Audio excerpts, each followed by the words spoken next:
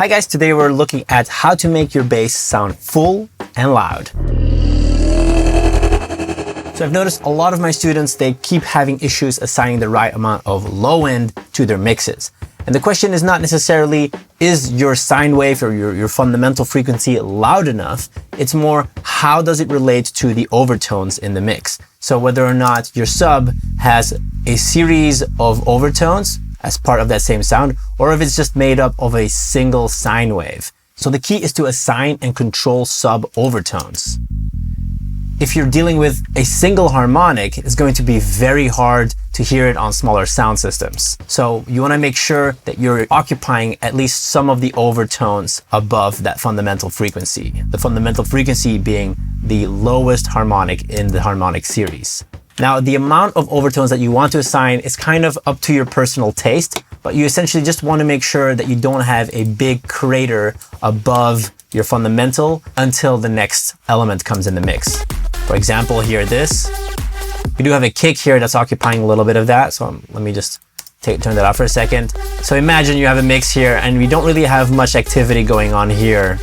So this is a prime example of not having enough harmonics in between the two elements. So compare that with this version, where obviously it's going to be much easier to hear that bass element. It's going to translate better to smaller sound systems, but it's also just going to feel louder and fatter in the mix. Now we can create these overtones intentionally with tools like Harmor or Serum. If you click on the waveform editor, you can actually paint in the individual harmonics that you want to be part of your sound. So let's say we have a single sine wave. That's obviously not going to cut it in this case. We want to make a square style bass, which would contain every other harmonic in this series. But in Serum, sadly, you do have to adjust the volume of these on a downward trend in order to make them the same loudness. Luckily, inside of Harmor, you don't have to worry about the volume. You can just make a flat line. In this case, every vertical line here represents a single harmonic. So if you do want to adjust the volume and make it a square bass, you can do that by doing this. Now you are ending up with a more square style bass. Now you can also create your overtones through distortion. If you are creating your distortion symmetric, you will only create square style or every other harmonic in the series. If you're doing it asymmetric, as in there's a difference between the positive and the negative side of the curve, you will end up with a more saw dense distortion. Up to you to decide what fits better for your song, how much space there is. Note that if there are more harmonics, it will feel busier and therefore a little more tense. Now, as you're creating these overtones, you do want to be careful to not overlap with other elements in your song. Here, for example, this sounds like it's clashing with the synth. So you want to go in and essentially low pass all of the information that would be shared with the synth. In this case, everything from about 360. So we'll make sure to cut that off. Now, when you're mixing in your sub, you do want to make sure that you level match it with the other harmonics higher up in the frequency spectrum. Typically, the fundamental frequency will be the reference point of volume for the rest of the mix. So you want to make sure that that fundamental doesn't really get overpowered too often by elements higher up.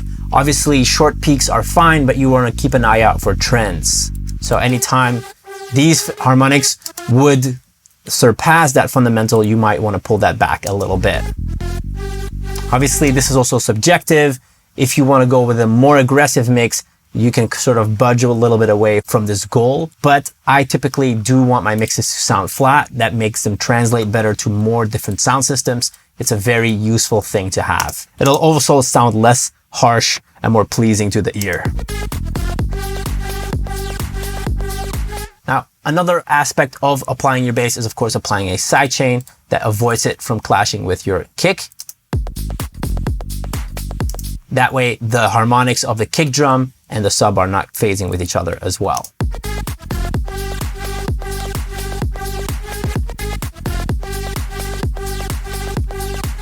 I think that covers everything on sub loudness and overtones. If you do have additional questions, please don't hesitate. Drop it in the comments and I'll get back to you as soon as possible. If you have other suggestions, things you want to learn about, please let me know. I'd gladly make another video to help you out with those topics as well. Thanks for watching. If you want to stay in touch, please don't hesitate to subscribe and check out my other social media platforms as well. See you on the next one.